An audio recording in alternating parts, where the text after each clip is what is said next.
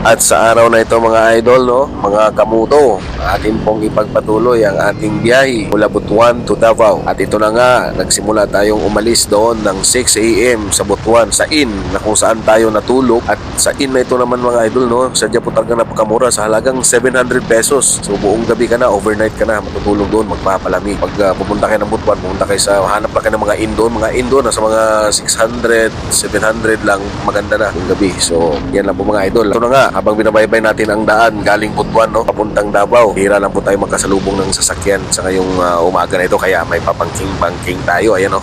Nakikita naman ninyo. Dahil wala po masyadong sasakyan, wala tayong mga kasalubong na sasakyan dahil maaga pa nga. So ito ang the best time na magbiyahe idol, mga 5:30 PM so hanggang mga 11 AM ng umaga. Dahil pagkatanghali naman, between 12 hanggang 2 PM, mainit na rin po yan. So, ang magandang ititira naman dyan, 3 PM hanggang mga 5 ng hapon. Kasi pagka 5 ng hapon na rin mga idol, masyadong marami na rin sasakyan, no? Saka crowded na yung kalsada. So, ang maigi niya, pagka 3 hanggang 4 lang yan, ganyan ng hapon, kung saan kayo abutan ng ganyang oras, mag-check-in na lang kayo. I-enjoy ninyo yung saang lugar kayo. Yun lang po mga idol. Dito, no, itong daanan na to mula Butuan papuntang Karayugan mga idol. Medyo makipot lang ang kalsada pero kita naman niyo malinis. Walang lubak yan. May pabangking-bangking tayo. Walang lubak yan dyan. Maganda. Then paglampas nyo ng Karayugan na yan, pag-abot nyo ng Panayukon ba yan? Puntang Bunawan na yan mga idol. Ingat kayo dahil maraming mga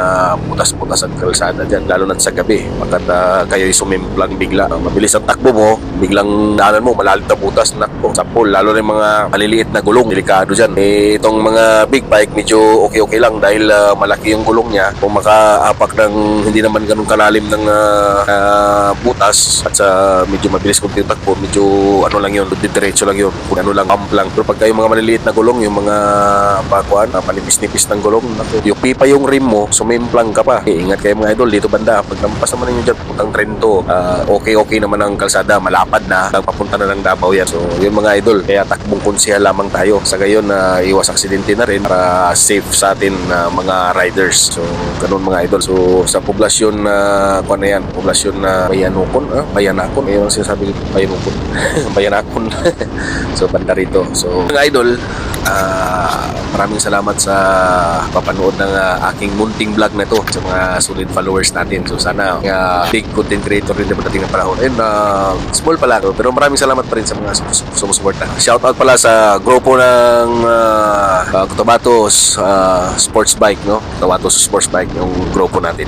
SBK, mabuhay. So sa mga rides ninyo mga idol, hindi masyadong nakakasama dahil hindi rin nagkakataon na may rides kayo. Nasa bakasyon ako.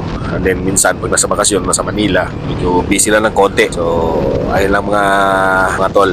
Basta enjoy lang sa inyong rides. Yun lang. At ingat. Maraming salamat.